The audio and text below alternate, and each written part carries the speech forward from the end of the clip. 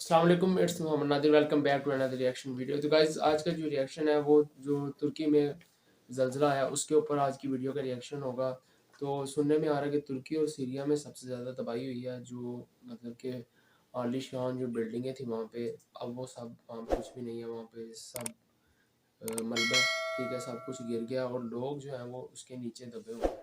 तो बहुत ही अफसोसनाक खबरें आ रही हैं। 10,000 से ज़्यादा लोग वहाँ पे शहीद भी हो चुके हैं और अभी भी कहते हैं कि उसके असरात जो हैं वो कहते हैं आगे तक रहेंगे और मज़ीद जो उन्होंने बताया कि आइंदा भी आ सकता है। तो फ़िलहाल तो अभी वहाँ पे तबाही बहुत ज़्यादा हो चुकी है, तो उसको रिकवरी की तरफ ले जाया जा रहा है। तो आज हम इस वीडियो में जानेंगे। RH नेटवर्क की तरफ से वीडियो है, तो चलते हैं वीडियो की तरफ।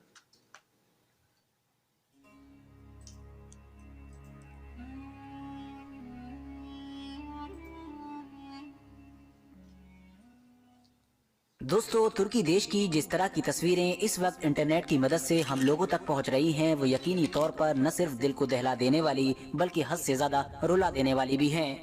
क्योंकि तुर्की की मजबूत से मजबूत, ऊंची से ऊंची ऐतिहासिक इमारतें न सिर्फ जमींदोज हो चुकी हैं, बल्कि लाखों की तादाद में लोग बेघर होने की कगार पर भी पहुंच चुके हैं। हजारों की तादाद में लोग जख्मी हैं और बेशुमार लोग अभी तक अपनी जान भी गंवा चुके हैं। तुर्की के साथ साथ दुनिया भर के अलग अलग इलाकों से भी जो एक्सपर्ट्स की टीमें पहुंची हैं, वो लगातार पिछले कई घंटों से यही कोशिशें कर रही हैं कि वो जल्द से जल्द इन दबी कुचली बिल्डिंग्स के नीचे से ज्यादा लोगों को निकाल सकें। यही वजह है कि अब इस तरह की बहुत सारी फोटोज और वीडियोस भी वायरल हो रहे हैं, जिसमें ये देखा जा सकता है कि कभी तो एक बच्चा अपने मरे हुए माँ बाप के लिए रो रहा है, तो कभी कोई माँ बाप हैं कि जो अपने बच्चे को खोज रहे हैं या फिर अपने बच्चे को खो ही चुके हैं। 7 फरवरी यानी कि ट्यूसडे की सुबह के जिस वक्त मैं ये वीडियो रिकॉर्ड कर रहा हूँ, इस वक्त दी गार्जियन की रिपोर्ट के मुताबिक तुर्की में मरने वाले लोगों का आंकड़ा लगभग 4300 से भी ऊपर पहुँच चुका है। और बदकिस्मती की बात यह है कि यह आंकड़ा यहीं पर नहीं रुकने वाला है, बल्कि एक्सपर्ट्स ये बात पहले ही क्लियर कर चुके हैं कि जिस तरह की सिचुएशन है, ये आंकड़ा डबल ट्रिपल बल्कि कई गुना बढ़ेगा। यानी मजबूरन कठोर शब्दों में हम ये कह सकते हैं कि तुर्की और सीरिया के इलाके में इस हादसे की वजह से जान गंवाने वाले लोगों का आंकड़ा इतना ऊपर जाएगा कि जितना शायद हम लोग सोच भी नहीं सकते हैं। वर्थ नोटिसिंग बात तो ये भी है कि तुर्की में ऐतिहासिक तौर पर ये सब कुछ पहली बार नहीं हो रहा है और न ही ये शायद आखिरी बार हो रहा है, बल्कि तुर्की के इतिहास में हमेशा से ही ऐसे जलजले और ऐसे भूकंप आते रहे हैं कि जो दुनिया के बाकी इलाकों से ज्यादा खतरनाक और अलग हुआ करते थे। और फ्यूचर में भी बदकिस्मती से ये सब कुछ ऐसे ही चलता रहेगा। मगर दोस्तों, अब सवाल यही है कि आखिर मैं ये सब कुछ इतने दावे के साथ क्यों कह रहा हूँ? आखिर तुर्की के ही साथ ये सब कुछ क्यों होता है? तुर्की की जमीन में दुनिया के बाकी देशों की जमीन से ऐसा क्या अंतर मौजूद है कि जिसकी वजह से न सिर्फ इतिहास में ही तुर्की को दुनिया के बाकी देशों के मुकाबले में ज्यादा बार बल्कि खतरनाक जलजलों का सामना करना पड़ा है, बल्कि फ्यूचर में भी उसको दुनिया के बाकी इलाकों के मुकाबले में ज्यादा और खतरनाक भूकंप का सामना करना पड़ेगा। तो इस पूरे मुद्दे को समझने से पहले अगर हम लोग सिर्फ और सिर्फ तुर्की के पिछले 10 साल के इतिहास पर भी नजर डाल लें, तो हमको पता चल जाएगा कि आखिर तुर्की किन बड़ी मुसीबतों का सामना करता है। लास्ट बार सन 2020 में ही 2 बार वहां पर भूकंप आया था। सन 2020 के अक्टूबर के महीने में आया था, जिसमें लगभग 24 लोगों को अपनी जान गंवानी पड़ी थी। इसी साल के जनवरी में भी आया था, जिसमें लगभग 22 लोगों को जान गंवानी पड़ी थी। 2011 में भी आया था, जिसमें लगभग 138 लोगों ने जान गंवाई थी। मार्च सन 2010 में भी आया था, जिसमें लगभग 51 लोगों की जान गई थी। इसके अलावा 1999 में आया था, जिसने लगभग 17,000 लोगों को अपना शिकार बनाया था। इंटरेस्टिंग बात तो ये है कि तुर्की के इतिहास में अभी तक जितने भी भूकंप आए हैं, उनमें सबसे खतरनाक और सबसे बड़ा भूकंप 1939 का माना जाता है। 1939 में जिस तरह का भूकंप तुर्की देश में आया था, इस तरह का न इससे पहले देखा गया था और न कभी इससे बाद में देखा गया था। ये भूकंप कितना बड़ा और खतरनाक था, इसका अंदाजा इसी बात से लगाया जा सकता है कि इस भूकंप की वजह से लगभग 30,000 लोगों को अपनी जान गंवानी पड़ी थी। मगर अब होश उड़ा देने वाली बात यह है कि 6 फरवरी सन 2023 के दिन, यानी सिर्फ अभी एक दिन पहले ही जो तुर्की में भूकंप आया है, वो सन 2039 के भूकंप से भी ज्यादा खतरनाक है। यानी ये तुर्की के इतिहास का अभी तक का सबसे बड़ा भूकंप है। और ये भूकंप इसलिए भी ज्यादा खतरनाक बन गया क्योंकि तुर्की के वक्त के मुताबिक सुबह 4 बजे जब इसने दस्तक दी थी, उस वक्त तुर्की के ज्यादातर लोग अपने घरों के अंदर बेखबर सो रहे थे। दोस्तों, मुझे उम्मीद है कि अब आप में से बहुत सारे लोग ऐसे भी होंगे कि जिन्होंने जब से ये खबर पड़ी होगी, वो इस बात को लेकर कंफ्यूज होंगे कि आखिर ये भूकंप आया कहां है। क्योंकि तुर्की का तो समझ में आ रहा है, मगर बार बार न्यूज या फिर सोशल मीडिया पर सीरिया, जॉर्डन, इजराइल और इस जैसे देशों का नाम क्यों आ रहा है? तो मैं आपको बता दूं कि दरअसल ये जो भूकंप आया है इसको आप लोग स्क्रीन पर नजर आ रहे इस मैप के जरिए से समझिए। दरअसल दोस्तों ये भूकंप तुर्की के किसी सेंटर ये यानी मेन मैप आ इलाके रहा है पर नहीं स्क्रीन आया पे। है, बल्कि ये तो बॉर्डर वाले इलाके पर आया है।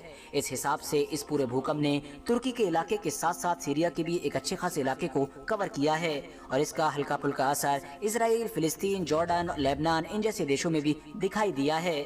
मगर हाँ, अगर बात की जाए नुकसान की तो तुर्की के मुकाबले में सीरिया का बमुश्किल 5 से 10% ही नुकसान हुआ है और उसकी वजह ये थी कि क्योंकि सीरिया के जिस इलाके में ये भूकंप आया है वो ऑलरेडी डेवलप ही नहीं था। बहुत सारी होने वाली जंगों की वजह से ये इलाका पहले ही बर्बाद हो चुका है, इसीलिए ना तो यहाँ पर ज्यादा कोई बिल्डिंग्स हैं और न ही ज्यादा लोग आबाद हैं। जो आबाद हैं भी वो तुर्की भी में ज्यादा ऊंची ऊंची होगी। और बड़ी बड़ी बिल्डिंग्स की बजाय अपने छोटे और हल्के घरों में रहते हैं। एक कहावत तो आप लोगों ने जरूर सुनी होगी कि अगर किसी भी चीज के 4 फायदे होते हैं तो एक न एक नुकसान भी होता है और यही बिल्कुल तुर्की के साथ है। दरअसल दोस्तों जब भी हमसे ये सवाल किया जाता है कि भाई बताओ लोकेशन के एंगल से दुनिया का सबसे बेस्ट देश कौन सा है, यानी दुनिया का जो नक्शा है, दुनिया का जो मैप है उसमें सबसे अच्छी जगह पर कौन सा देश मौजूद है, तो ज्यादातर लोगों का जवाब यकीनी तौर पर तुर्की ही होता है। वो इसलिए क्योंकि तुर्की जिस जगह पर मौजूद है वो कई हिसाब से दुनिया की सबसे बेस्ट जगह मानी जाती है। चाहे बात दुनिया में हो रहे व्यापार की हो या इस जैसी और चीजों की, हर मामले में दुनिया के बड़े बड़े ताकतवर देशों को भी तुर्की का मुहताज होना पड़ता है सिर्फ और सिर्फ लोकेशन की वजह से। तुर्की एक ऐसा देश है कि जो जमीनी तौर पर यूरोप और एशिया के बीच पुल का काम करता है, यानी अगर आप लोगों को जमीन के रास्ते से एशिया से यूरोप जाना है तो तुर्की को पार करना ही होगा। मगर दोस्तों एशिया और यूरोप के बीच एक ब्रिज यानी एक पुल का काम करने की तुर्की की ये जो खूबी है यही दरअसल उसके लिए बर्बादी लेकर आती है और यही वजह बनती है उन बड़े बड़े भूकंपों की कि जो आमतौर पर तुर्की में देखने को मिलते ही रहते हैं। तो इसीलिए ये बात तो अब क्रिस्टल क्लियर है कि तुर्की कभी भी अपने यहाँ पर आने वाले बड़े बड़े और खतरनाक भूकंप से नहीं बच सकता है। तुर्की में हमेशा ये भूकंप आते ही रहेंगे, बल्कि तुर्की के लिए बेहतर ये होगा कि वो अपने यहाँ का सिस्टम मजबूत करे और किसी तरह से अपने यहाँ की बिल्डिंग्स, अपने यहाँ के घर इस तरीके के तैयार करे या फिर इस तरीके का माहौल बनाए कि जब भी वहाँ पर इस तरह के भूकंप आए तो कम से कम नुकसान हो। इसके अलावा दोस्तों हम लोग सिर्फ और सिर्फ तुर्की के लिए दुआ ही कर सकते हैं, क्योंकि तुर्की के हालात कितने बुरे हैं इस चीज का अंदाजा आप लोग इसी बात से लगा सकते हैं कि न सिर्फ पूरे देश में इमरजेंसी लागू कर दी गई है बल्कि दुनिया के सारे ही देश, अब वो चाहे राजनीतिक तौर पर तुर्की के दुश्मन हो या फिर दोस्त हो या जो भी हो, सभी मदद के लिए फौरन तुर्की के साथ आ चुके हैं। ज्यादातर देश सिर्फ कुछ घंटों के अंदर ही न सिर्फ अपने एक्सपर्ट्स की टीमें तुर्की भेज चुके हैं बल्कि और भी हर तरह से मदद करने की कोशिश कर रहे हैं और इस लिस्ट में हमारा प्यारा देश भारत भी हमेशा की तरह सबसे आगे खड़ा हुआ नजर आ रहा है।